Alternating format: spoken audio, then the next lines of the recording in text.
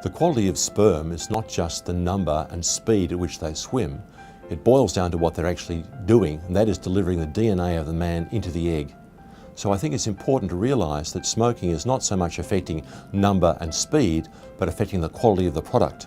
Smoking damages sperm from the very beginning of their development. Now, it takes about 2 months for a sperm to go from a stem cell into the little tadpole-shaped thing that we all recognise.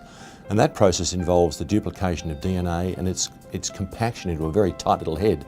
Now, that whole process is quite vulnerable to damage, particularly from cigarette smoke. So it's not a question of the sperm on the day of ejaculation, it's the process that started 2 months earlier. So if a man wants to protect the quality of his sperm, he has to start months before it actually causes the conception. The good thing about smoking and sperm damage is it's reversible. If you stop smoking, those chemicals that damage the sperm's DNA during production will disappear and the next batch of sperm will be fine. So it is something that it doesn't matter how long you've smoked for, if you stop now, within just a few months, the benefits in terms of quality sperm production will be evident. I always ask about smoking in evaluating the infertile couple or the infertile man, and if he says he's a smoker, I say from the very outset, that's something you do want to think about stopping. Stopping because it'll damage your sperm and the quality of the DNA that will start your baby. And there are health consequences to that, to the offspring. There is epidemiological evidence that the offspring of men who smoked during conception, or around the time of conception, are damaged. And so, for example, high rates of cancer.